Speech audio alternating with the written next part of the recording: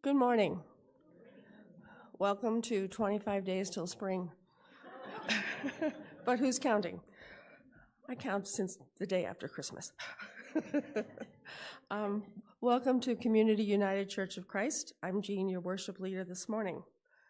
We welcome you from all the places and all the ways you are gathering, however you're gathering with us in community today.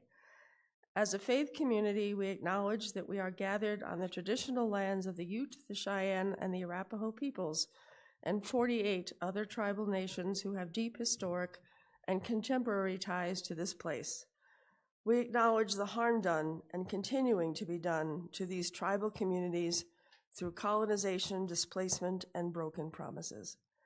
In the spirit of reconciliation, we honor their historic and contemporary stewardship of this place by committing ourselves to care for this land and for one another, and to seek peace with justice, following God's call for us to love one another. We would like our guests to feel especially welcome.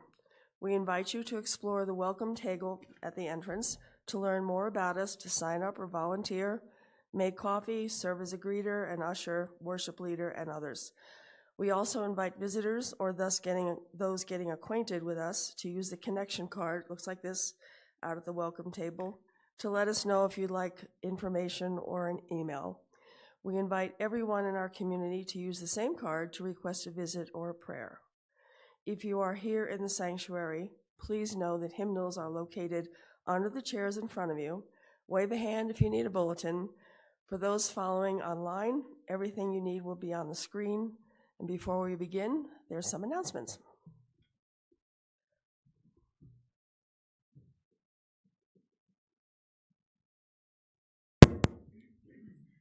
So I'm Beth Cole. I'm on the fellowship committee. And if you notice, sometimes we have food at the table out in the fellowship hall, and sometimes we don't. It's kind of hit or miss.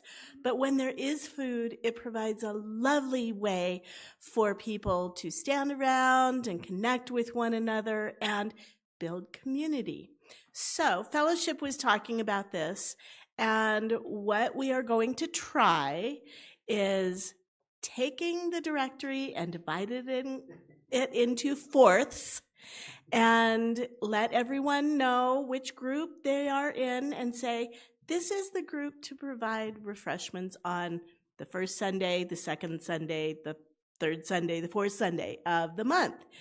And we're hoping that that will take the burden off of the 2 or 3 people who have been bringing food, and spread the wealth, and also provide more variety, because everybody has their own things that they like to bring. Anyway, we will be providing more information soon, so be on the lookout for that.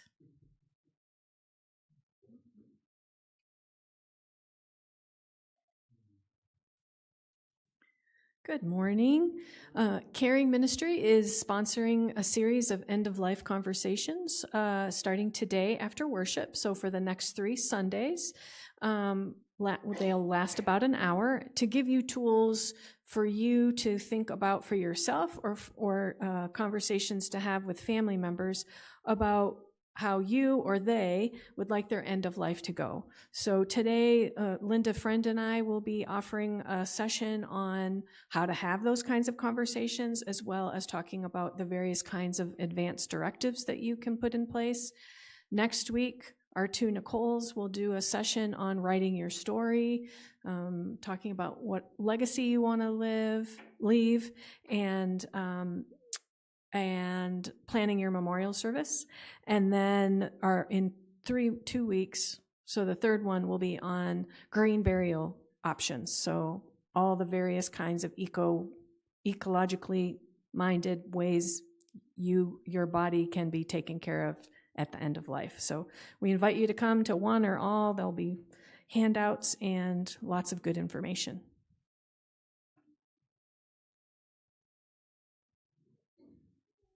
I've been laughing for a while. My calendar has said end of life part 1 for today. So it's like hopefully just a workshop, not actually. Hi, everybody. It's so great to see you all. It feels important to thank all the people that make this happen. So we got Raymond, and we have Reese, and we have Anais. Ooh, that's a little poem. How wonderful. And then we have all kinds of volunteers who help make today happen.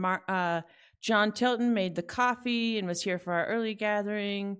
And we have volunteers with our kids. We have Jean in our worship leader role. We had ushers and greeters. Deborah, anyone help you, Deborah?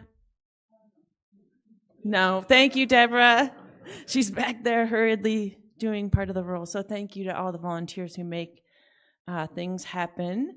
Office hours this week are in Longmont. I try to get all around the county, and so I'll be in Ziggy's on Wednesday at Ziggy's in the morning.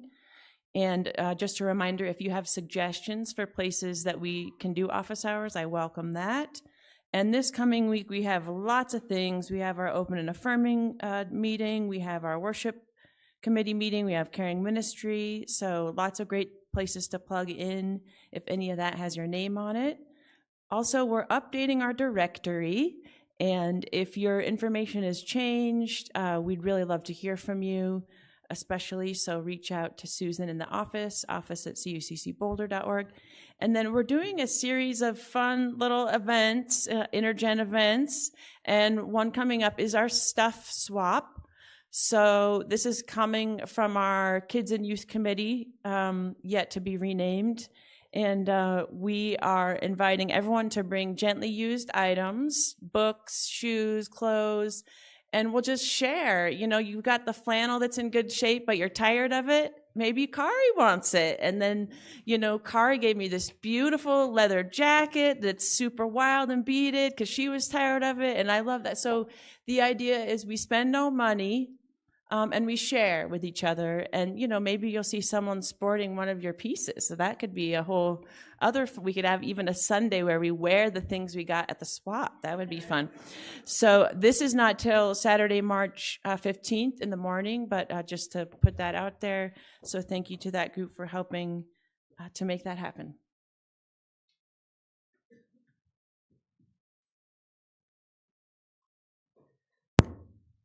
In terms of the end-of-life decisions, one of the best stories was from the congregation I was in Massachusetts.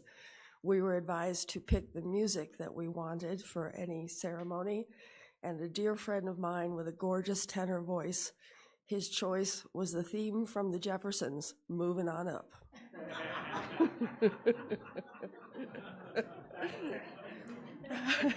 It was really just perfect. No matter who you are or where you are on life's journey, you're welcome here. You are welcome here as a unique creation of God. We celebrate and give thanks for the many diverse gifts that God has bestowed on us. We proclaim ourselves to be an open and affirming, peace with justice church, a congregation of and with all of God's creatures, welcoming into our ministry persons of every race, culture, age, gender identity, gender expression, sexual orientation, ability, and economic status. Whoever you are welcome here. Let us prepare our hearts and minds for worship.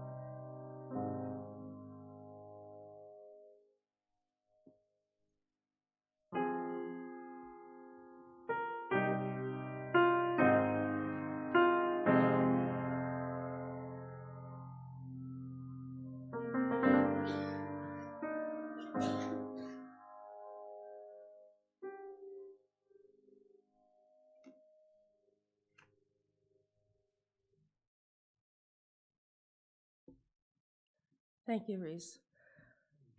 I invite you to join me in the call to worship. O love that will not let us go, turn things around. Turn us from revenge to creative good. Turn us from clenched fist to open hands. Turn us from scarcity to generosity. Turn us from retribution to mercy. Turn us from judgment to forgiveness. Turn us from fear to gladness. Yes, turn us. Take our measured lives and multiply in us immeasurable joy.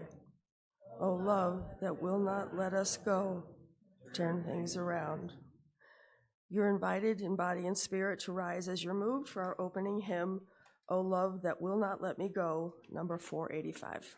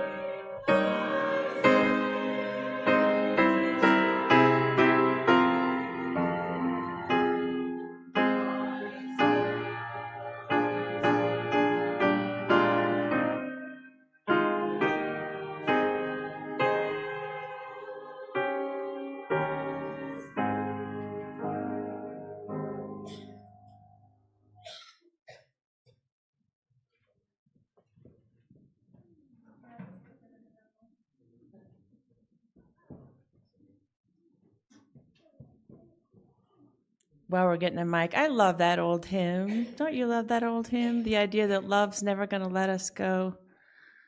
I just love that. And that high note, I bet you're all awake now, right? Okay. So let's see. Today, and I shared with you, you all know, why is everyone just on this side today?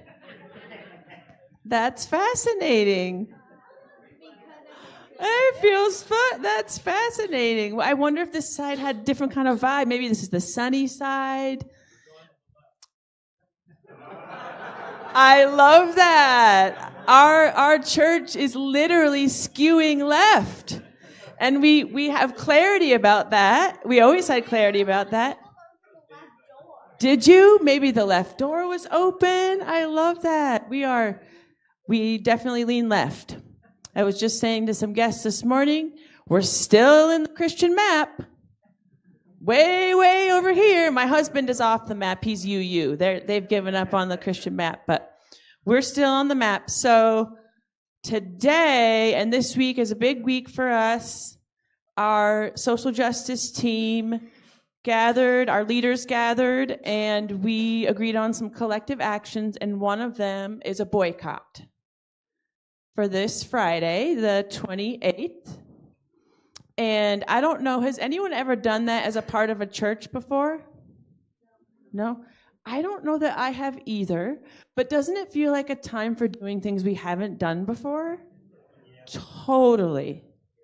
So the invitation is to buy nothing, spend nothing, and part of how we do that is supporting each other because not everyone is in a position to do that. So part of how that happens is we help each other. And so I've learned the story, and can you say this person's name right there? Captain Charlie C. Die Boycott. Charles C. Boycott. I've learned about there's an actual person, and boy, wouldn't that be a bummer to have, because it turns out his shadow self was showing, shall we say. He was an Irish land agent, and the Irish National Land League tried to get the rent reduced, and so no one was listening to them. Has anyone ever had that experience? Yeah. No one was listening to them, and so they found that the only way to be heard was to do what? Interrupt. Okay, what else? What else do people say? Boycott, yes. Well, that's where we're getting, but what did that involve? Standing up, not paying the rent, but on their own, or what? Together.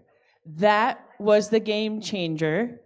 And this was in 1880. So, not that long ago in the scheme of human history. And do you know what I bet some people said when they said they were going to do that? Oh, that's not going to make any difference. Don't you think they said that?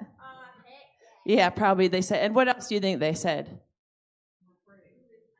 Too risky.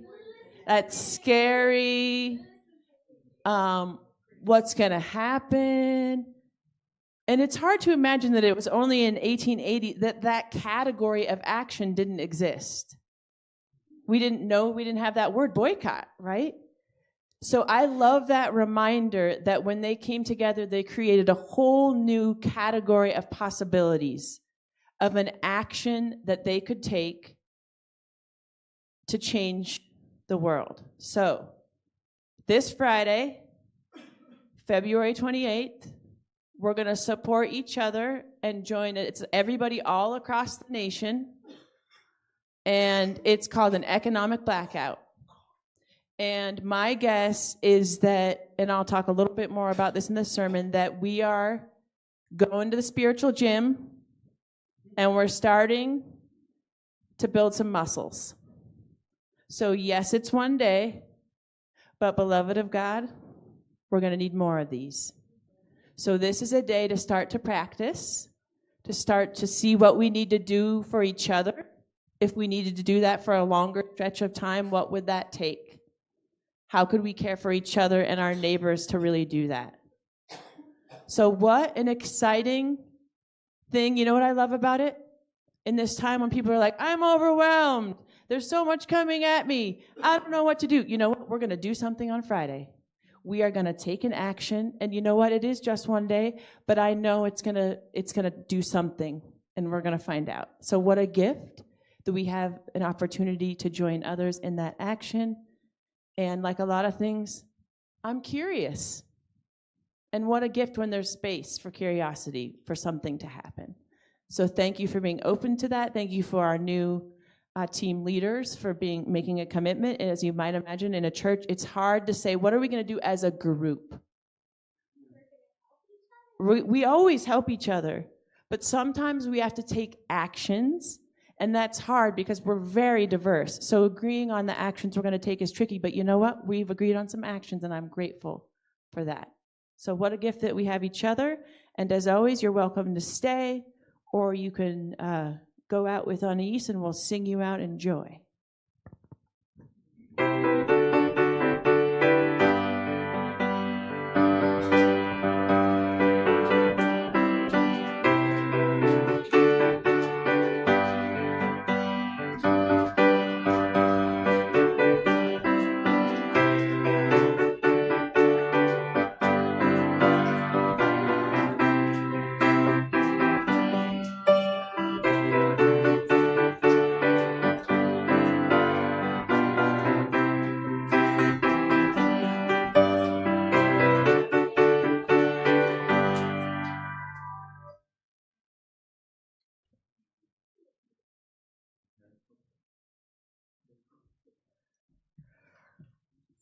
There are two readings this morning. The first is from Luke, chapter 6, 27 to 38.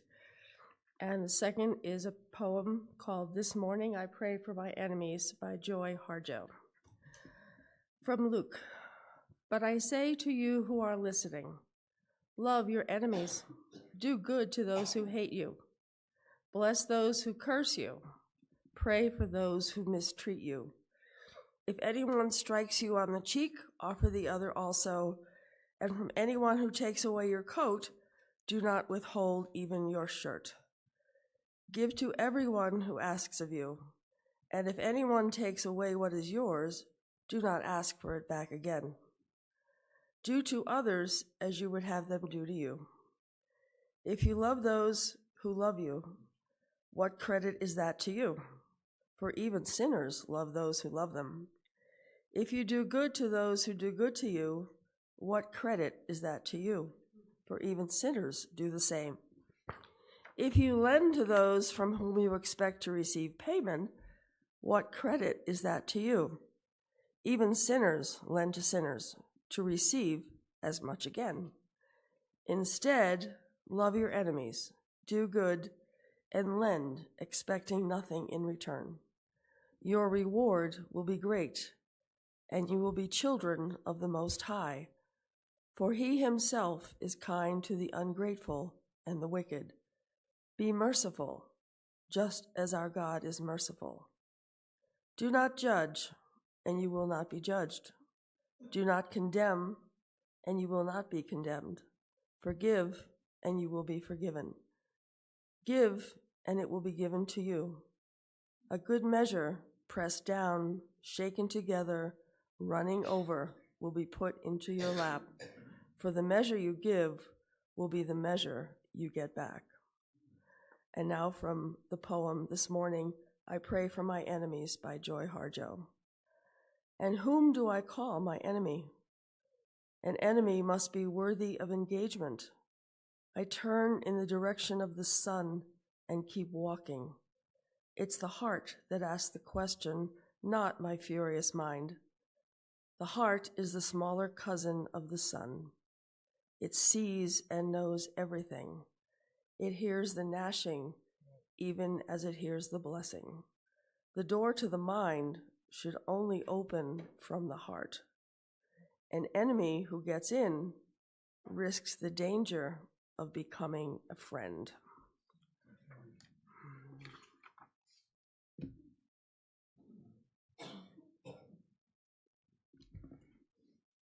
Welcome again. Boy, the lectionary is really, whew. Just a reminder, I don't pick that. That was assigned. So, the Spirit's ahead of us. So welcome, however you are joining, in whatever shape you're in, whatever you're bringing today. I invite you to take some deeper breaths, and I'll offer this prayer from Psalm 19. God, may the words of my mouth and the meditations of all our hearts be acceptable in your sight, our rock and our Redeemer. Amen. Last April, some of us sat in a trolley, and as the car began to jerk from one side to the other while staying in place, a loud voice told us that our journey was about to begin. We were at the Freedom Rides Museum in Montgomery, Alabama, as part of our civil rights pilgrimage that we did as a church, and I wasn't sure what we were in for. The tour was meant to be interactive, and it allowed me to hear the story in a new and different, a deeper way. As the lights dimmed and we were asked to remain seated, through a film sharing the stories, we experienced a reenactment of history in holograms. And it was in that place that I started to understand for the very first time what it really took to do what they did. Some of you probably already know or won't be surprised to learn that it was driven, led, supported, and sustained by women, more specifically, Black women. I have now learned the story of one woman in particular, Born on April 17, 1912 in Culloden, Georgia, she later became the valedictorian of her high school class and went on to graduate from college, becoming not just the first woman, but the first one in her family to do that. She went on to fulfill her dream of becoming a teacher, being a teacher in public schools in Macon, Georgia for 5 years while she worked on her master's degree from Atlanta University. Her name is Jo Ann Robinson. She pursued English studies at Columbia University in New York City, later moving to Montgomery in 1949 to be a teacher at Alabama State College. But not long after she arrived in Montgomery, a driver of one of the public buses verbally attacked her for sitting in the whites-only section. She was already active in and connected to the Women's Political Council, a local civics organization by and for African American professional women. And so they thoughtfully and repeatedly shared with the elected officials of Montgomery about what was happening. They shared of their unfair treatment. They shared stories of drivers that were abusive. They were not heard. Nothing changed. Those in positions of privilege and power found it hard to have ears to hear. Eventually, Jo Ann Robinson began creating plans for how the African American community could boycott the buses of Montgomery. They were already preparing for what this could look like and what would need to actually make it happen for it to work, when in December of 1955, Rosa Parks was arrested for refusing to give up her seat on the bus to a white person. That part of the story you probably know. But Jo Ann Robinson and the Women's Political Council were ready when that happened. They had already built their networks. They went to work making copies of flyers that they put all around the city, sharing everywhere they could, calling their community to experiment with a one-day boycott. I bet some people said that one day wouldn't do very much, but it actually showed them how much power they had. And they decided that they had to continue their campaign, and they made a little group, MIA, which I love. Maybe justice was missing in action, but it stands for Montgomery Improvement Association, and that group worked to get together to create a huge carpool system. I love that. We moms know how to carpool. So they created a carpool system that helped everyone in the African American community get to work and home for 381 days. I'm going to say that again. The Montgomery boycotts took 381 days. For all of that time, they helped each other. They supported each other. In a 1976 interview, Jo Ann Robinson said that boycott was not supported by a few people. It was supported by 52,000. In a speech later where he spoke about what was happening, the Reverend Dr. Martin Luther King said that often African Americans ended up being plunged into the abyss of exploitation, experiencing bleakness of nagging injustice, but then something else happens, like it did in Montgomery. And do you know what he said of Jo Ann Robinson? And I had to look this up. He called her indefatigable. That's what he said in an interview later about her. And I love that. He said in 1956, it took 50,000 people in Montgomery walking the streets of that city for 381 days and giving carpools, substituting tired feet for tired souls, walking until the sagging walls of bus segregation were finally crushed, not only in Montgomery, but in cities all over the South. They weren't heard, so they bound themselves together and loved each other so fully that their enemies could not stand. Separate facilities and separate seats could not stand. They loved the hate right off of the bus. They had been plunged into that abyss that Reverend Dr. King spoke about. But then something else happened. They took what was happening to them and transformed it. Maybe some of you read the book on Mary Magdalene from the French dude, as Dan says, Jean-Yves Leloup. And he talks about how she mentions being in harmony in the Gospel of Mary. But certainly, he says, this is not a teaching telling us to simply give in to these forces and let them have their way. He says such adversaries must be confronted in all their violence, but without adding to it, without provoking new violence. To be in harmony with our enemies is to skillfully allow their violence to pass through us without contaminating us. He says, just as in martial arts, this attunement to our attackers can awaken a consciousness in them that could help them to get out of the trouble they are in. I love that. And he goes on, offering the other cheek means presenting an entirely new and unexpected way of dealing with the problem. It means to oppose violence with consciousness, to look the other in the eye, and to regard the other as subject like oneself, and to refuse to be a predictable subject. I love that. That is, I think, what the Gospel of Luke is talking about too. How do we take what is and shift it? Because just to say again, I don't think this is inviting us to curl in a ball in the presence of danger or to bow down to Caesar. I think it is inviting us creative ways to stay engaged so that we can be a part of the change. And good things take a while. Being indefatigable in love requires a collective commitment. So what if when we read that we are to do good to those who hate us, it means that we are invited to try in all the ways we can to overpower those who hate us with our goodness. It might take a while, but the network of love is powerful. The collective commitment to inclusion is worth the effort. I believe that together we can love the hate right out of the world. We can disrupt hate when we see it in person or online.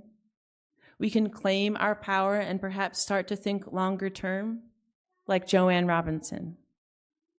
That last line in Luke, the measure you give will be the measure you get back. I don't know that that's referring to Christian karma. Maybe it is, but I think of it more like love is exponential.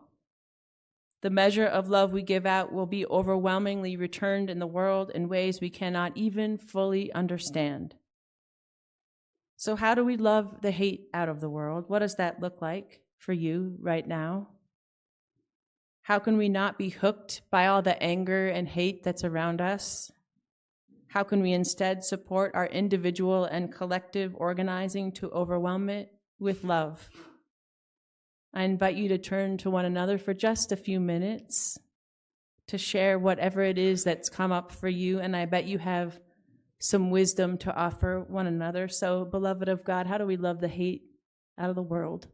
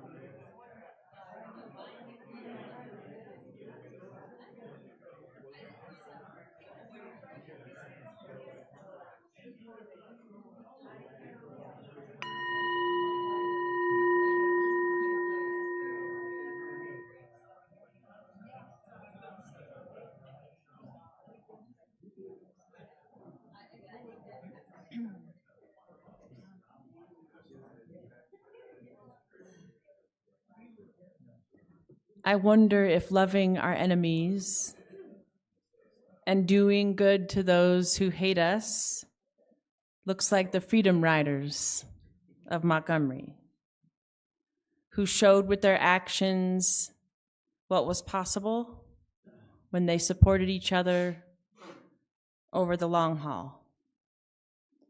I wonder if loving our enemies looks like being indefatigable, like she was, like MLK said she was, which means persisting tirelessly. And I love this question that Joe Harjo asks us. Who do I call my enemy and who is worthy of engagement? And I think the answer is also in the poem. How do we let our hearts, not our furious minds, ask the question? So I love the privilege of being with you in this, loving the hate out of every hallway and every heart, every courtroom and every police stop, every policy and every law, every interaction where there is a chance to infuse it with love. Let that be our call right now. When we read in the Gospel of Luke that we are to offer the other cheek, don't see that as an invitation to accept abuse. No. What it means is you take it and you turn it, you transform it into something else. So, beloved of God, wherever you feel plunged into the abyss, know that something else can and will happen. Together we will be indefatigable in love. May it be so. Amen.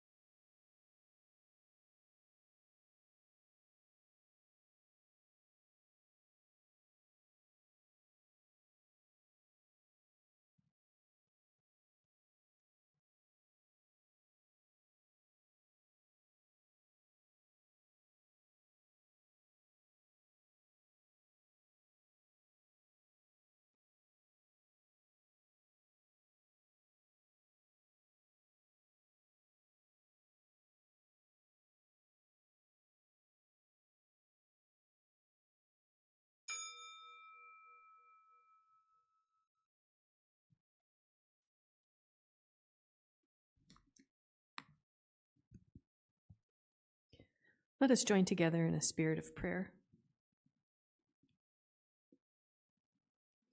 O God, who calls us to love, service, and action, we are grateful to gather this morning. We give thanks for the sun and warmer weather after the recent cold and snow. We're grateful for community that sustains us. We are living in a time of misunderstanding and divisiveness and need love and grace to guide us and prevail. May we cultivate listening, compassion, generosity, forgiveness, and kindness as we interact with those who are friends and stand up against those who we disagree with, who we might call enemies. God, we have many among us who are struggling. We have some who are sick, injured, or recovering from surgery, and we hold up Chip and Kayreen, Harriet, Kathy, and Stan. God, we hold up all of those who have lost their job, their home, their benefits, or something else like that, that they get the support that they need for themselves and their family.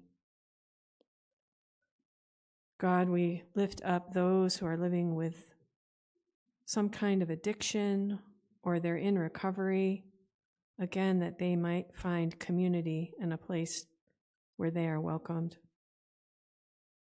For those who are lonely, may they find companionship and purpose. For those with mental illness, may they find comfort and ease in a welcoming place.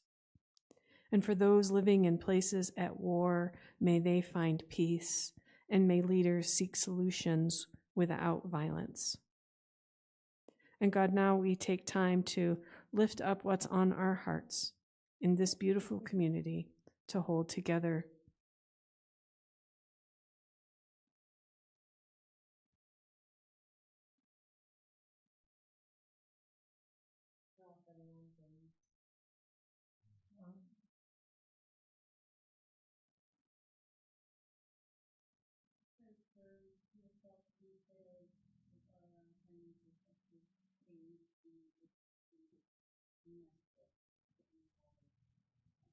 Mhm.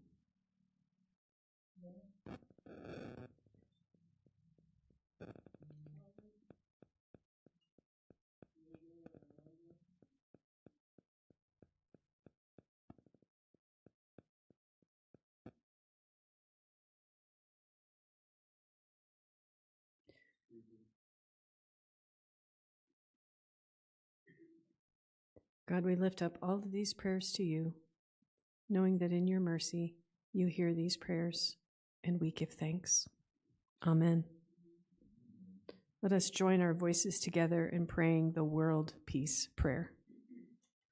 O God, lead us from death to life, from falsehood to truth. Lead us from despair to hope, from fear to trust. Lead us from hate to love, from war to peace. Let peace fill our hearts, our world, our universe. Peace, peace, peace. Amen.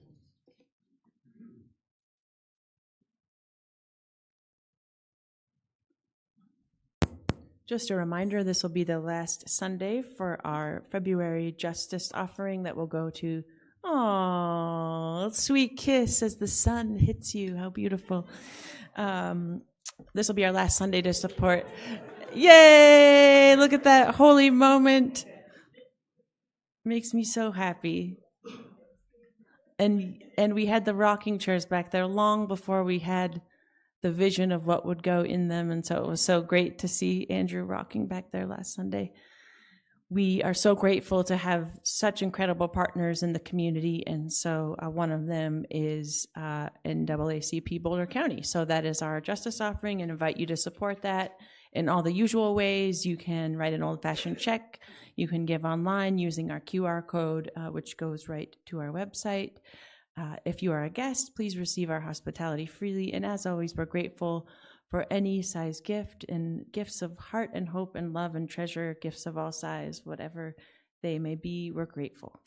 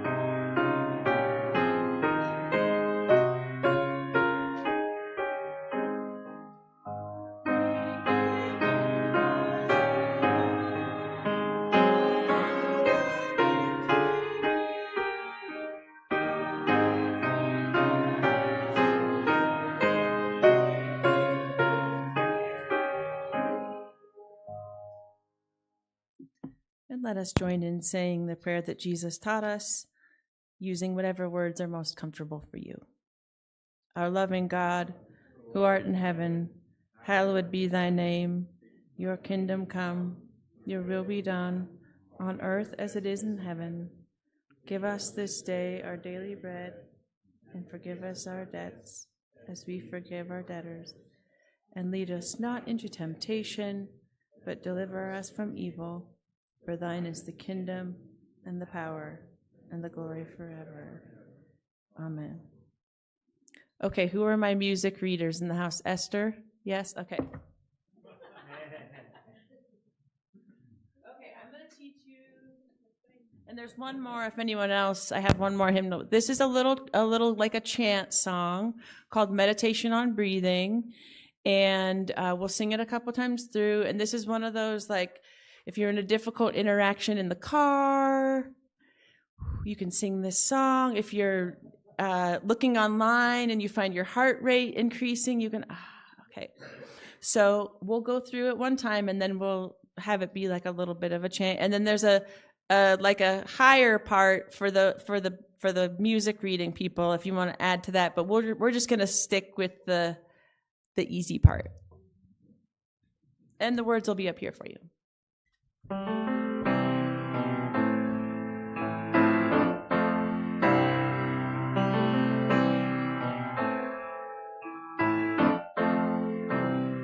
When I breathe